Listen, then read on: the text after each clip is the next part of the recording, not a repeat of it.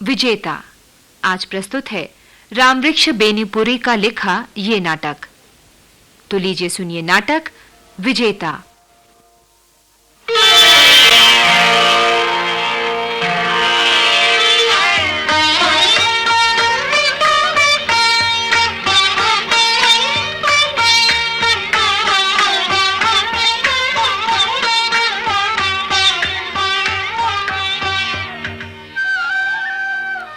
प्रणाम गुरुदेव।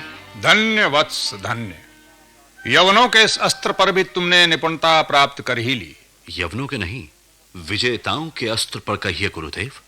ओह, वे किस तरह झंझा के वेग से आए, चीन चीन वृक्षों की तरह हमें धराशाही किया और फिर किस प्रकार हमें रौंदते कुचलते उसी गति से वापस हो गए। तुम उन्हें भूल नहीं सके वत्स। ना भूल सका और ना भूल सकूंगा गुरुदेव।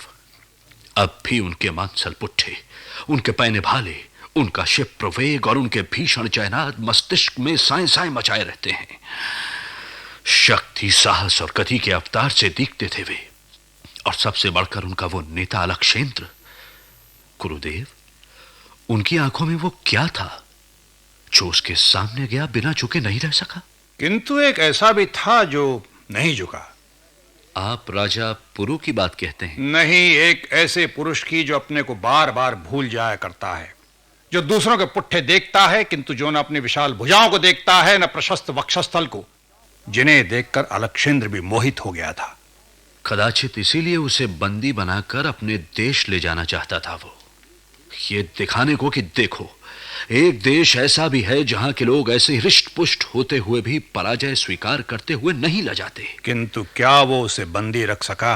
एक व्यक्ति बंदी घर से निकल आया तो क्या हुआ गुरुदेव?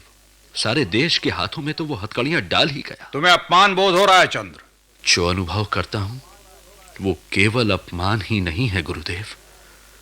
हाँ चंद्र, यदि सारे देश के युवक भी तुम्हारी ही तरह सोच पाते। जो नहीं सोच सकते उन्हें सोचने को बाध्य करना पड़ेगा गुरुदेव। मुझे में यह भावना कहां से आई? किसी ने तो दी। मुझ पर यह यश मत थोपो चंद्र। मुझे उस दिन का स्मरण है जब एक दीन ब्राह्मण अपने सपनों में मग्न आर्यावर्त के कोने कोने में घूम रहा था, गांवों, नगरों, पगडंडियों और राजपूतों पर ढूंढता था एक ऐसे नायक को, लोक नायक को, जो उसके सपनों के सत्य को आधार दे सके, उन्हें सार दे सके, उनमें प्राण प्रतिष्ठा कर सके। और अचानक उसे एक दिन एक बच्चा दिखाई पड़ा। हां, एक बच्चा अनेक बच्चों के बीच एक ऊंचे टीले पर खड़ा उन्हें आदेश दे रहा था, देखो वहां वो शत्रु का दुर्ग है, हमें उस पर चढ़ाई करनी है, उस पर अधिकार करना है, तुम लोग चार चार टुकड़ियों में बंटो। वे तो बचपने की बातें थी गुरुदेव, उनकी याद दिलाकर आप। हां, वो बचपने की बातें थी, किंतु वत्स, बचपने की उन बातों में ही उस स्वप्नदर्शी ब्राह्मण ने जैसे उसी दिन अपने सपनों के लिए सत्य का आधार पा लिया। उसने देखा उसका नायक, उसका भावी विजेता उसके सामने खड़ा है। वो बड़ी देर तक एकटक उसे निहारता रहा। गुरुदेव, हां, उस दिन उस ब्राह्मण ने भाव विह्वल होकर आंखें मूंद ली। चंद्र, वो बच्चा तुम हो और ब्राह्मण मैं। कितने दिन बीत गए, सिंधु का कितना जल समुद्र में जा गिरा, किंतु वो बच्चा, वो अब भी मिट्टी के उस टीले पर ही है। और उस ब्राह्मण की शिखा आज तक नहीं बन सकी गुरुदेव। शिखा शिखा शिखा, वो अब शिखा नहीं है चंद्र, वो प्रतिहिंसा है, ज्योति शिखा है। अब वो इतनी बढ़ चुकी है कि यदि शत्रु शिविर से नहीं छुड़ाई गई तो वो मुझे ही भस्मसात कर देगी। इसीलिए कहता हूं वत्स, अब मगध चलो। तुम्हारी शिक्षा पूर्ण हुई और जो शेष थी उसे यवनों के इस विजय के अनुभव ने पूरा कर दिया है। मगध चले और यहां यवनों का साम्राज्य बना रहे? गुरुदेव, मैं पहले इनको समाप्त करना चाहता हूं। अपने देश के शीर्ष भाग पर लगा यह कलंक मुझे ऐसा ही लगता है। इनकी विजय का रहस्य भी मुझे मालूम हो चुका है। मैं इन्हीं के अस्त्र से इनको पराजित करूंगा। पहले हम बाहरी शत्रु को हटाएं, फिर भीतरी शत्रु को देख लेंगे। नहीं वत्स, नहीं। जब तक भीतर शत्रु हैं तब तक तुम बाहर के शत्रु को हरा नहीं सकते, हटा नहीं सकते। उस रात झोपड़ी में वो बुढ़िया जो कह रही थी, उस बात की यथार्थता अब समझ में आ रही है। किस बात की गुरुदेव? हो सकता है तुमने ध्यान नहीं दिया हो। हम लोग बहुत रात बीते लौट रहे थे। एक झोपड़ी के निकट पहुंचे तो सुना एक बुढ़िया कह रही थी, अरे बेटा, तुम भी क्या चाणक्य चंद्रगुप्त हो कि रोटी को चारों ओर तोड़ तोड़ कर खा रहे हो, किंतु बीच में हाथ नहीं डालते? चलो चंद्र, अब बीच में हाथ डालो। हमारे दूतों ने जो समाचार दिया है उसके अनुसार पाटलिपुत्र पर चढ़ाई करने का सुनहरा अवसर आ गया है। पाटलिपुत्र, वो किन राक्षसों के पंजे में फंसा है गुरुदेव? पाटलिपुत्र का स्मरण ही तुम्हें अधीर बना डालता है चंद्र। गुरुदेव, जिसकी गलियों में बचपन बीता, जिसकी धूल में घुटनों के बल चलकर खड़ा होना सीखा, जिसकी छाया में आतप और शीत ने समान रूप से रक्षा पाई, जिसके हाथ कितनी ही बाल सुलभ कल्पनाएं बंधी थी, आज भी बंधी हैं, यदि उस नगरी की याद विह्वल बनाते तो आश्चर्य की क्या बात है गुरुदेव? तो उसका उद्धार करो वत्स, और सचमुच उसके लिए स्वर्ण अवसर आ गया है। नंद वंश के अत्याचारों से प्रजा में हाहाकार मचा है। न किसी की संपत्ति सुरक्षित है, न किसी की प्रतिष्ठा। बहु बेटियों का सतीत्व तक सुरक्षित नहीं। राजभवन केली भवन बना है। जहां वीरों और विद्वानों का जमावड़ा था, वहां भाटों और भांडों का अखाड़ा है। चंद्र, एक धक्के की आवश्यकता है, एक धक्के की। नंदकुल का राज्य कटे वृक्ष की तरह आप ही गिर पड़ेगा। चंद्र, ओ चंद्र। हाँ, तुम्हारी माताश्री आ गई। मैं चलता हूं। अभी इसकी चर्चा उनसे मत करना। हम फिर मिलकर एक पूरी योजना बना लेंगे। जो आज्ञा गुरुदेव। विश्वास रखो वत्स, हम अवश्य विजयी बनेंगे। प्रणाम गुरुदेव। आयुष्मान। कितना संदेह, किसी पर विश्वास नहीं, मां पर भी नहीं। चंद्र। हाँ? क्या है मां? गुरुदेव क्या तेरे पास आए थे? अभी जाते हुए देख पड़े। यद्यपि उन्होंने अपने को मुझसे छुपाना चाहा था। हाँ मां, वही थे।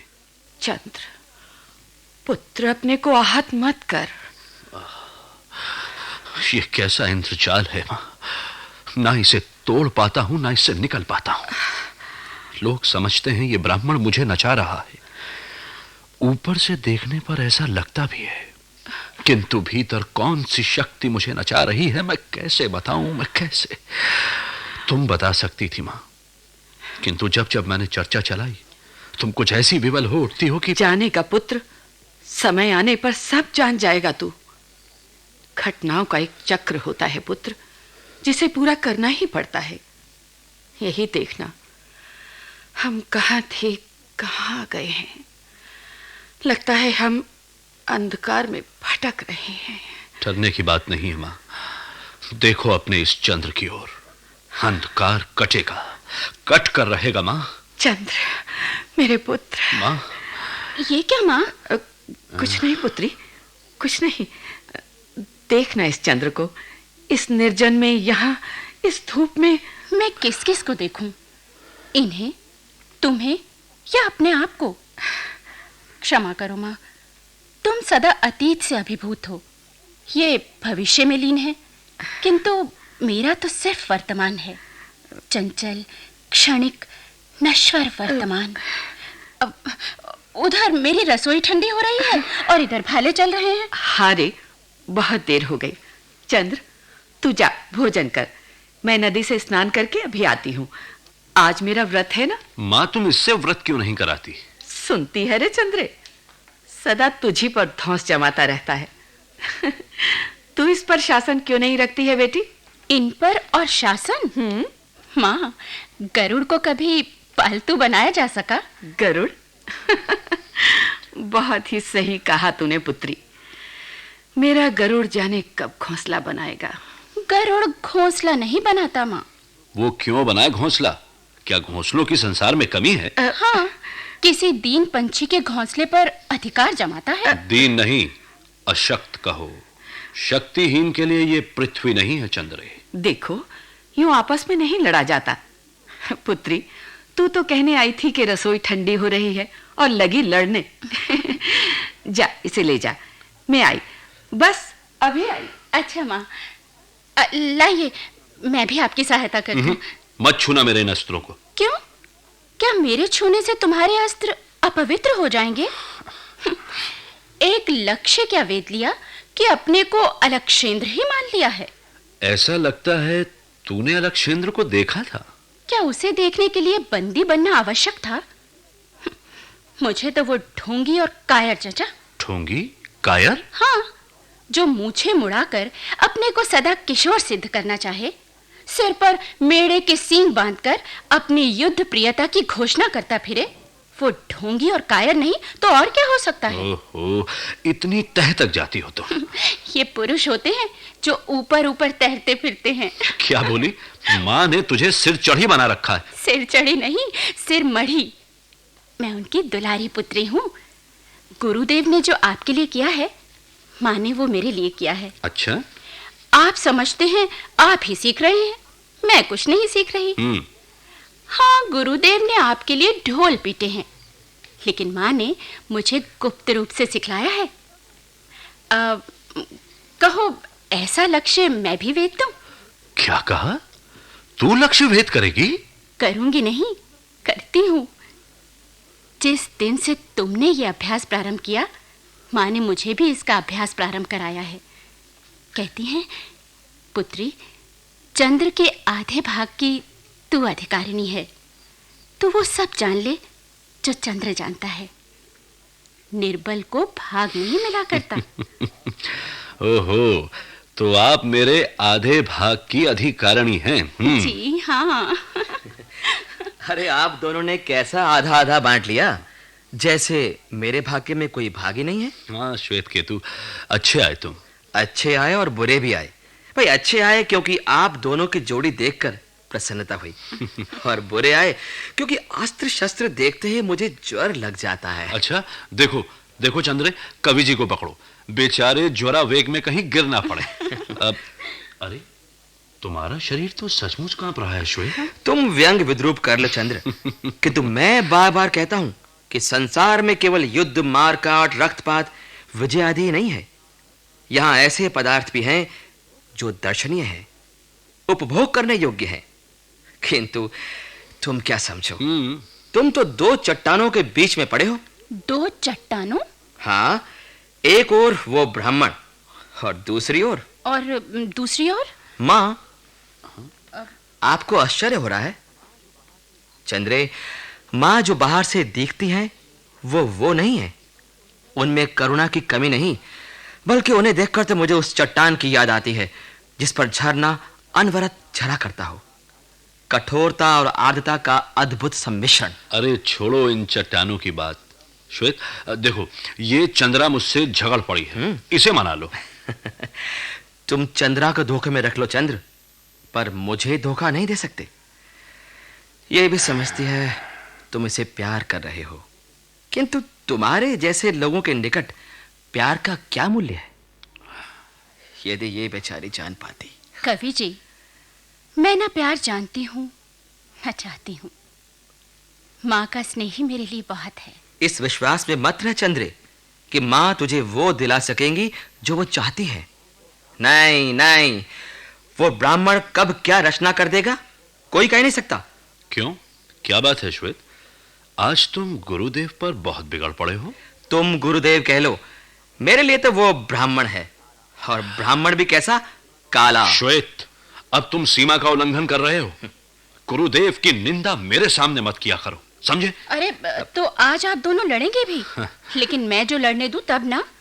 श्वेत जी, मेरी रसोई ठंडी हो रही है, चलिए। आप भी इस खटराग को जल्दी संभालिए और चलिए। चलो चंद्रे, तुम परोसो, मैं अभी आया। मैं आप लोगों को साथ लिए बिना नहीं जाऊंगी। कहीं फिर आपको लक्ष्य वेद की धुन समाए और या कवि जी ही को कोई कविता सोच पड़े। श्वेत, मैं तुम्हें जानता हूं। भगवान ने तुम्हारी रचना फूलों से की है। तुम्हारे भीतर बाहर सब जगह फूल ही फूल हैं। लेकिन मित्र, ऐसा सौभाग्य कितनों को मिल पाता है? विधाता के भंडार में भी इतने फूल कहां हैं कि तुम्हारे जैसे अधिक आदमी रचे जा सकें। यहां वहां सब जगह तो कांटे ही कांटे हैं। तभी तो हम सब कांटों के चक्कर में फंसे हैं चंद्र। मुझे चंद्रा के भाग्य पर बार-बार तरस आता है।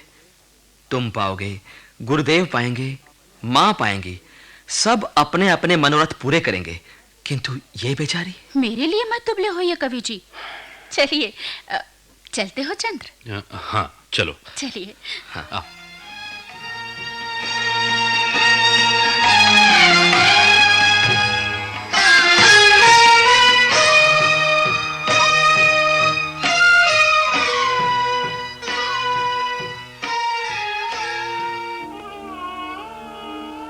प्रणाम गुरुदेव।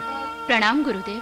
प्रणाम गुरुदेव। हा हा हा हा, कैसा सुंदर, कैसा दिव्य। लगता है मेरे वत्स पर आज देवत्व उतर आया है। क्या देवराज भी इतना सुंदर होगा। माते, गुरुदेव। देखिए तो, ये देदीप्यमान मुखमंडल, ये प्रशस्त ललाट, लगता है ये मस्तक राजमुकुट पहनने के लिए ही बनाया गया था। ये ललाट जैसे राज तिलक की ही प्रतीक्षा में था। हाँ पुत्री चंद्रे, गुरुदेव। कितना सुंदर प्रसाधन कर दिया है तूने। हाँ कवि जी, कहिए, इस शुभ अवसर के लिए कोई गीत रचा है आपने? रचा है गुरुदेव। किस कवि की वाणी ऐसे अवसरों पर मुखर हुए बिना रह सकती है। आज तो पाटलिपुत्र की गली गली गीत वाद्य से मुखरित हो रही है। जिनकी जिह्वाएं सदा बंद रहीं, उनके कंठ से भी अनायास गान फूट रहे हैं। फिर कवि वाणी कैसे मौन रह सकती है गुरुदेव? अगर कोई आपत्ति न हो तो हम आपके एक आध गीत सुन लें। किंतु मेरे पास कोई वाद्य यंत्र तो है नहीं। तो चंद्रा, तू श्वेत के साथ जा और अपनी वीणा ला। गुरुदेव। और देखना श्वेत, गुरुदेव। तुम दोनों स्वर साधन उसी ओर करके आना, जिससे यहां विलंब न हो। समझ गए ना? जैसी आज्ञा। गुरुदेव। माते, गुरुदेव। क्या सभी मंगल काम आपने सहज लिए?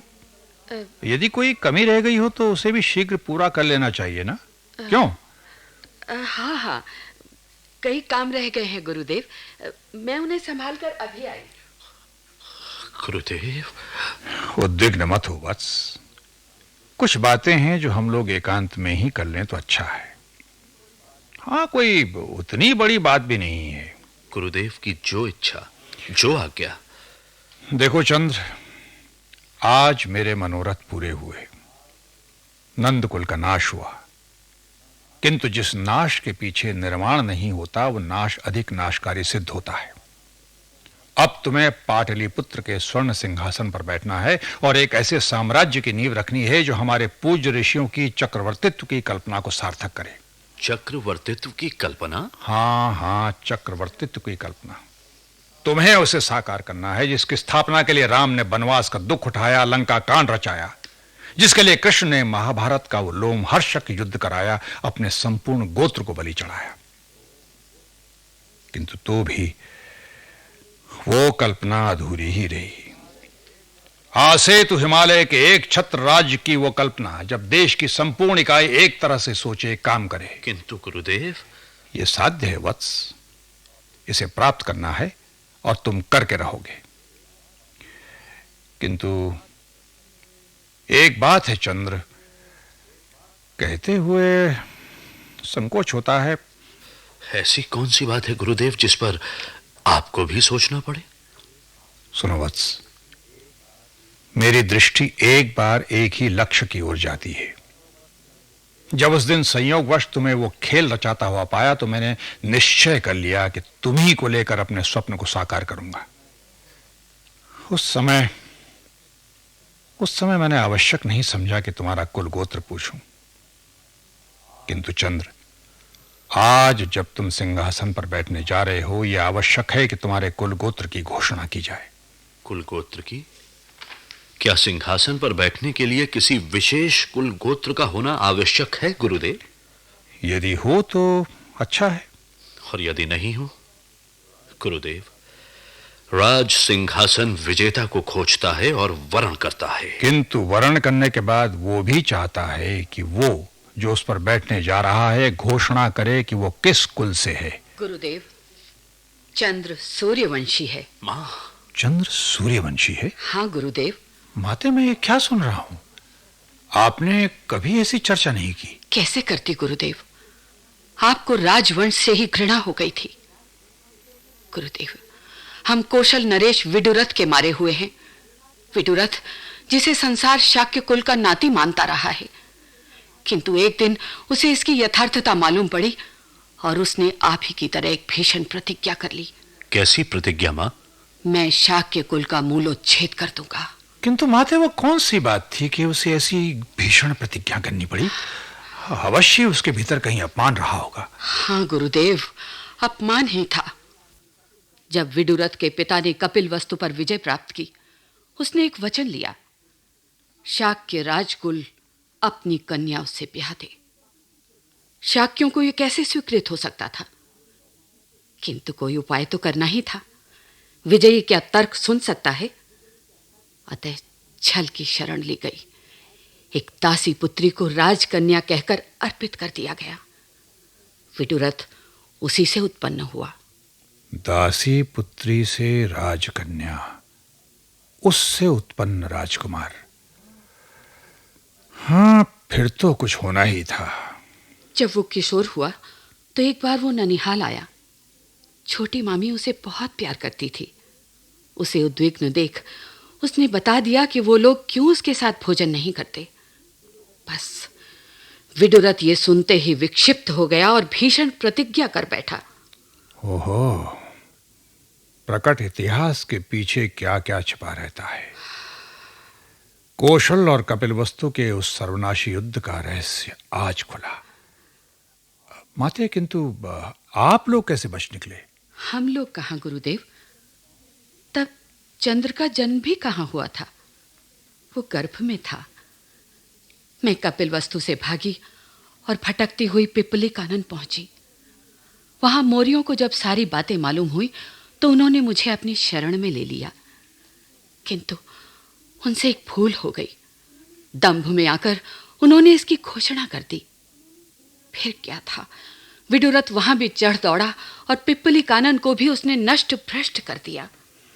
प्रतिहिंसा बड़ी क्रूर होती है माते। देखती आई हूं गुरुदेव और देख रही हूं, किंतु मातृत्व की भावना भी तो कुछ कम प्रबल नहीं होती। मैं वहां से भी भागी और गंगा पार कर पाटलिपुत्र पहुंची। यही चंद्र का जन्म हुआ। किंतु मैंने कभी यह प्रकट नहीं होने दिया कि शाक्य कुल या किसी भी राजकुल से हमारा कोई संबंध है। मां, तुमने मेरे लिए कितने कष्ट सहे हैं। पुत्र, मुझे अपने दुख की कोई चिंता नहीं। मां, किंतु बार बार सोचती हूँ, हमारे लिए ही मौर्यों ने अपना सर्वनाश कराया। उनके ऋण से कैसे उऋण हो पाऊंगी? गुरुदेव, आप घोषणा कराइए कि मैं मौर्य कुल से हूं। आज से मैं अपने को मौर्य कहूंगा। उस कुल को अमर कर दूंगा जिसने हमारी रक्षा में अपने को बलि चढ़ा दिया। साधु वत्स, साधु। ये तुम्हारे ही अनुरूप निर्णय है पुत्र। ध्यान दिया है ना? ये पाटलिपुत्र नगर संगम पर बसा हुआ है। तीन महानदियों का संगम स्थल। उत्तर, दक्षिण और पश्चिम से गंडकी, सोनभद्र और गंगा।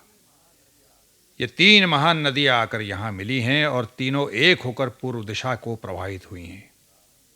इसके सिंहासन को संगम का ही प्रतिनिधित्व करना चाहिए। मैं चला। और हां, मेरी ओर से पुत्री चंद्रा और कवि जी से क्षमा मांग लेना।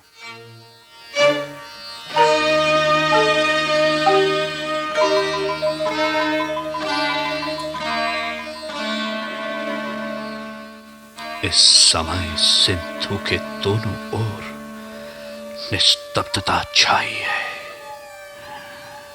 जो रोए वो भी सो गए। जो हंसते हंसते लोटपोट हो रहे थे वो भी सो गए। किंतु चंद्र, तुम्हारे भाग्य में सोना भी नहीं लिखा है, क्योंकि तुम विजेताओं के विजेता हो। विजेता, विजेता। चंद्र, मां। पुत्र, तू यहां अब तक जगा है? हाँ मां। तुम भी तो नहीं सो सकी? आज उत्सव का दिन है, सब सो गए हैं। जब पुत्र जगा हो, क्या माँ को नींद आ सकती है? जा पुत्र, सो जा पुत्र। वो बेचारी क्या सोचती होगी? हाँ माँ, बेचारी। कितना बड़ा सत्य निकल गया तुम्हारे मुख से। पुत्र, यवनराज की कन्या आज आर्यावर्त की राजरानी है। उससे बढ़कर कौन सी लड़की इस धराधाम पर सौभाग्यशालिनी होगी रे? और वो भी सौभाग्यशालिनी ही है जिसके पार्श्व में उस सौभाग्यशालिनी को सुला दिया गया है। पुत्र, क्यों माँ, क्या राजाओं का विवाह ऐसा ही होता है?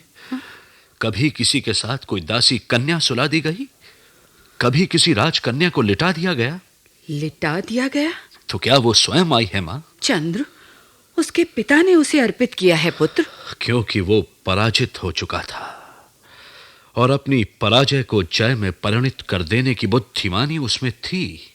तू ये क्या सोच रहा है पुत्र? जा, सो जा। मैं सो नहीं सकता माँ, मैं सो नहीं सकता। सोना तो खोना है वत्स।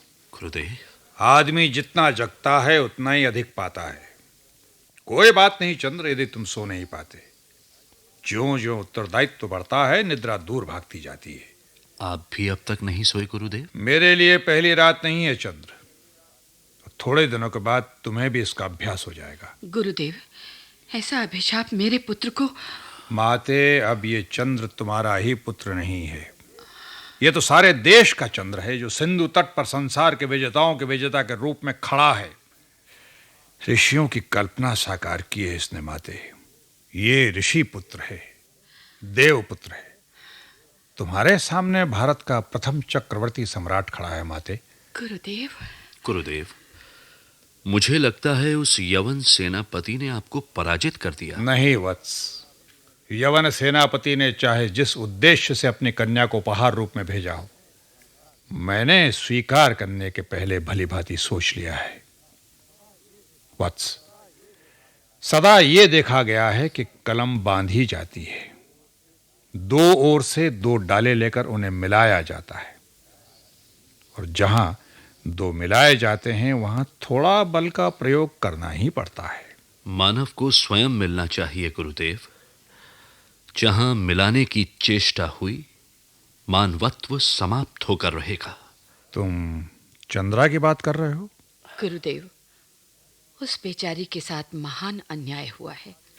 किंतु माते, याद रखिए, किसी की हत्या होती है तभी कोई जीवन पाता है, और जहां राष्ट्र का प्रश्न है वहां व्यक्तियों के प्रश्न को नहीं उठाया जा सकता। और सुन लो चंद्र, गुरुदेव। महान उद्देश्य और कोमल भावना साथ साथ नहीं चल सकते। गुरुदेव। चंद्र, वसुधैव कुटुंबकम, सारा संसार एक कुटुंब में परिणत हो, ऋषियों ने कहा तो, किंतु उसका आरंभ कैसे होगा? जब यवन सेनापति ने संदेश भेजा तो मुझे उसमें उस कल्पना की झलक मिली और मैंने झट स्वीकार कर लिया। और अब इस कल्पना में मैं ऐसा विभोर हूं कि इच्छा होती है एक बार फिर इस सिंधु तट पर गाऊं, नाचूं।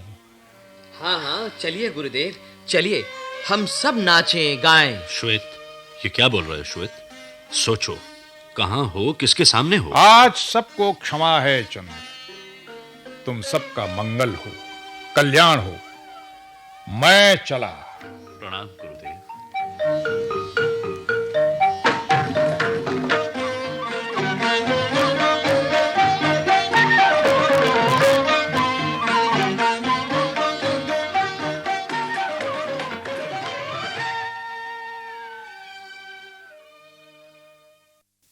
विजेता।